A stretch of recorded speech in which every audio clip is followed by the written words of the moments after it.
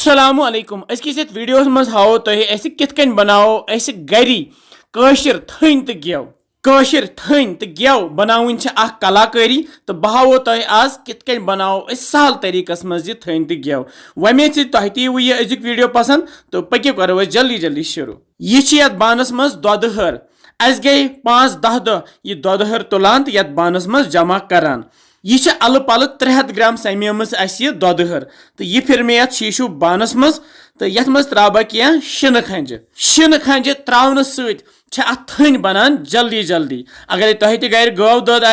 पे तुजस हर थो जमा कर तो लाज थन तनावन तो गेव तनावन अथ सती लागोन रलावन ये लगन 4-5 मिनट थन बनस सही पे लगातार रलाओ तो बनाओ ये क्रीम यूत यह पन रल तीत यह क्रीम असल बनान ये गोत बनाओस क्रीम अमे पत निमो आब अत मज त्रो बे शन लकड़े कह यह तुरन आब त्रो ये मलाई सती तो लागो वन बे रलावन सत लागोस मांड दिन युथु रलावन लागो 2-4 मिनट गस्ती यह मलाई जन यह गस अलग अलग युस शीन त्रो अम सी थन अलग कुन तुम वुचान हेचन ये थन अलग कुन नेरन तो युस आब त्रो यह नेर अलग कुन तुम वुचान कह मिनट गस्ती द्राय ये थन अलग कुन अगर 1-2 किलो यह मलाई निमो बान बोड़ पहम तो अत नेर पत थन तलाव तो गेव तलाव मगर मे निम यह पाव खंड यह मलाई तो अत नेर कम थन या कम गेव अगर बे शन लकड़े आसन तम त्रोस ऊर तो लागो रलावन शन लकड़े त्रावन सह थन जमान तो यह नेरान अलग कुन तो आब अत नेरान पत अलग वो किस थन गई तैयार तो बहुत अत सी तैयार करान अगर तुम गर मिक्सर ग्राइंडर मिक्सी जारस मज भरित मिक्सर ग्राइंडर इस्तेमाल कर हेको यह थन बनत मगर ये बनान ज्यादा असल तो मे बनाए अत लक्चि बॉल वन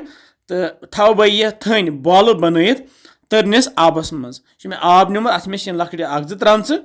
तो ये तरनिस आबस मज थो यम थन बॉल बनत अके ये बनान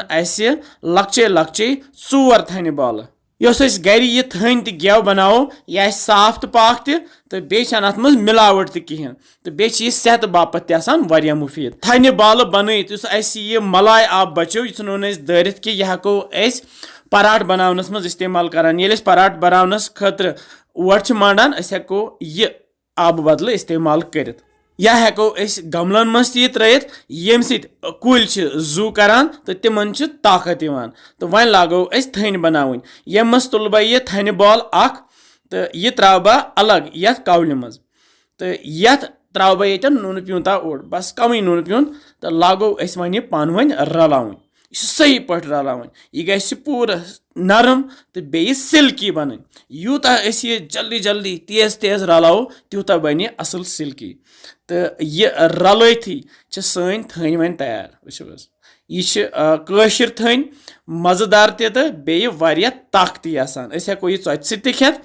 या बतस खेत प्रान बतस यह थन खेवान तवे तिमन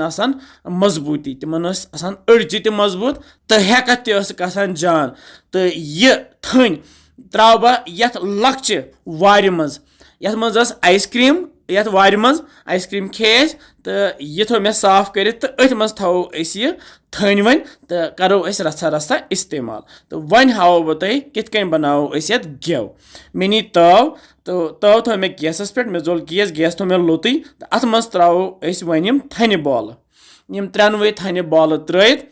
लागो वन तैयार कर तो लथसी पे ग्रकन यूता वन यह ग्रेक तूता नेर ओर गेव युस ये सफेद नेर यह दज ये गेवस मजी तो गेव गि अलग यह सफेद मलाई त दज अथ मजी तुम वुचान यह गेव गो अत अलग तो गेव वन तैयार यह साफ शिफाफ गेव यह गेव वारिया ताकती हलवो बनावनस मज इस्तेमाल करान चचन सत इस्तेमाल करान या कह त मिठाई बनावो यह गेव करो इस्तेमाल तो यह वारिया फायदा गेव वोल वन बोन अकिस पाए मलाई द्राव अड़ पाव गेव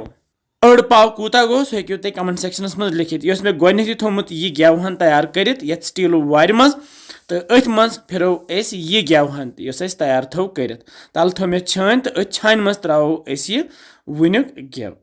तो यह अल पल 150 ml यह गेव तो इथे कन करो रसा रसा यह तैयार तो थो ये वार मज जमा करित तो वार वार यह वार तो भरित तो युस यह षोट द्राव ये ज्यादा पहम षोट नीरान ज्यादा यह जाय सान कर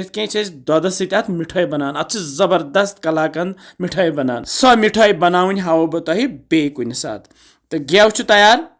तुह अगर मलाई गर यथे कन बनजो तुह गेव वो ये क्युत लेदुर रंग गो मतलब साफ तो पाक गेव यह सफेद गेव तथ मिलावट मगर यह घरकुली गेव तो यप सन थन तैयार यप सोन गेव तैयार तो करो दोनों मज रसा रसा इस्तेमाल तो वमे तुह वीडियो पसंद आमुत लेखान कमेंट सेक्शनस मज कत पे वुचान तुम सान वीडियोज बिहु रबस हवाल।